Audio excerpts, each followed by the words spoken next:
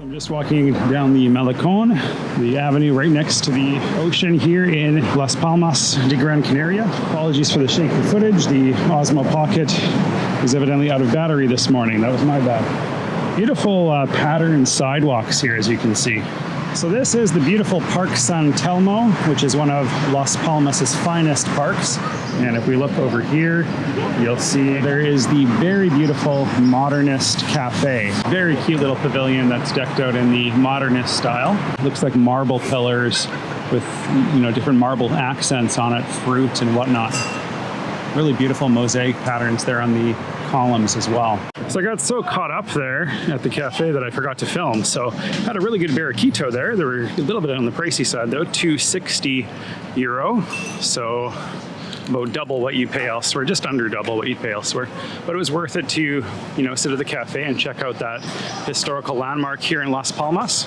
So right now I'm going to be going down towards the major pedestrian street here in Las Palmas, which is very famous. It's about 1 kilometer long, and it connects the Old Town district of Las Palmas with Parc San Telmo, where I am right now. There's also a really beautiful church coming up here on my left, which Lonely Planet says is much more beautiful inside than outside. So I'll probably dip in to check it out.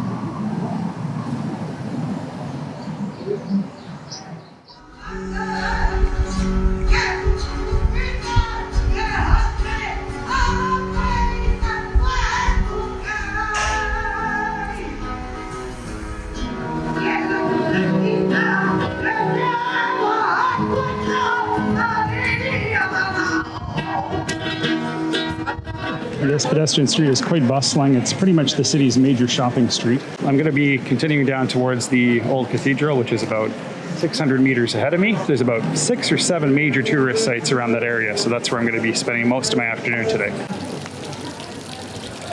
So really interesting urban art here. You can see these nude figures next to their tree branches.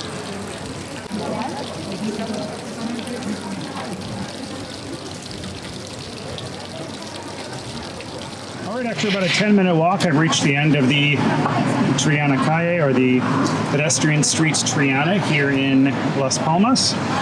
Pretty decent walk, lots to see and do along the way. So really beautiful historic center here in Las Palmas. So you can see these beautiful historic buildings, these Canarian buildings with the bricks exposed, which I've seen all across the islands. I was expecting much less history here for some reason and more beach resorts, so I'm pleasantly surprised to see it's a functional, beautiful Spanish city. So just approaching the Church of Santa Ana now, the Cathedral of Santa Ana. Beautiful historic structure. So this church was built in the 1510s, I believe I read. So I'm wandering the district of Vegueta, which is the old town here in Las Palmas, and this is the impressive Casa de Colón. This is the old governor's house, in which it's rumored that Christopher Columbus stayed on his way to the Americas. So really interesting. Really beautiful centuries-old facade here with this lovely pink-flowered tree next to it.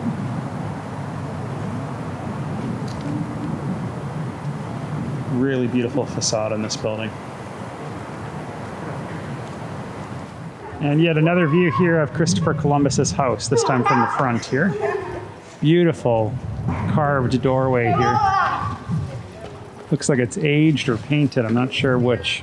And those teak balconies and windows. Really beautiful historic structures here in the old town of Las Palmas.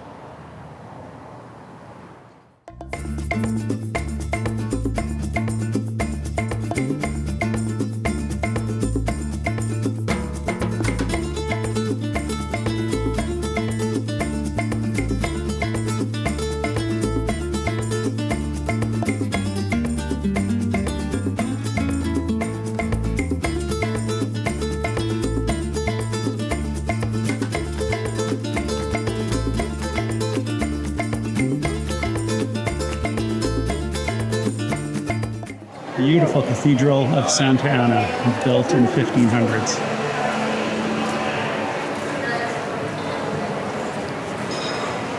So as you can see, it is an incredibly beautiful colonial-era cathedral.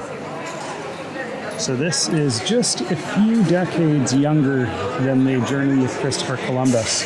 So as you can see, they're taking down all this equipment, giving me a little bit better of a view of the plaza itself. little bit noisy here though.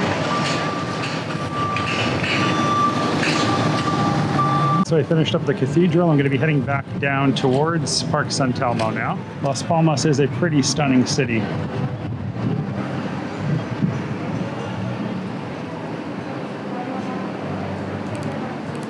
And there's so many beautiful mansions pretty much everywhere in this quarter. Absolutely beautiful district. So this is the little Christopher Columbus church, I believe, in this holy place gold cologne. Not sure what that means, but Christopher Cologne, I guess, attended this church from what I'm gathering.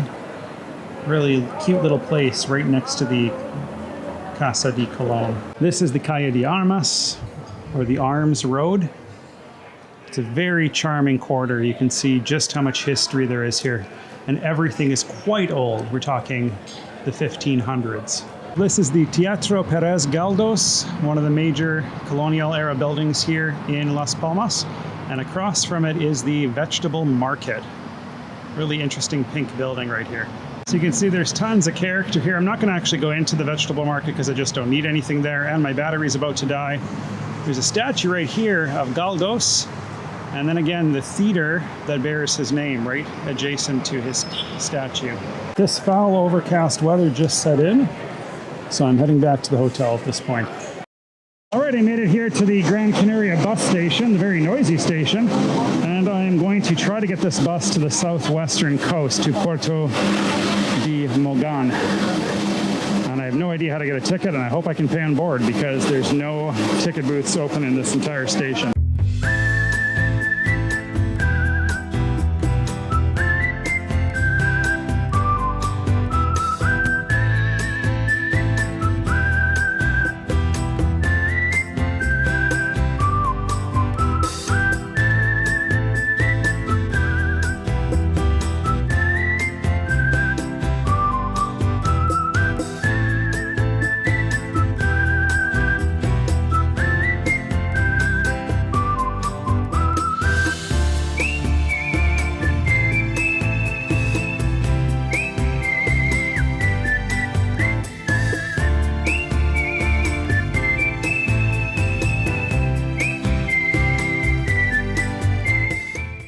After a very long bus ride, about an hour and 45 minutes, I've arrived here in Puerto Mogan.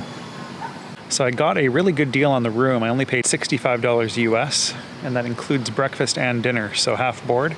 A really good deal, almost all inclusive in that way. So I guess this is why they call it the Venice of Spain. There's these canals that run through the village, and you can see all the different hotels and resorts, apartments, and so forth at the base of this cliff, which reminds me a lot of Greece. Flowers everywhere.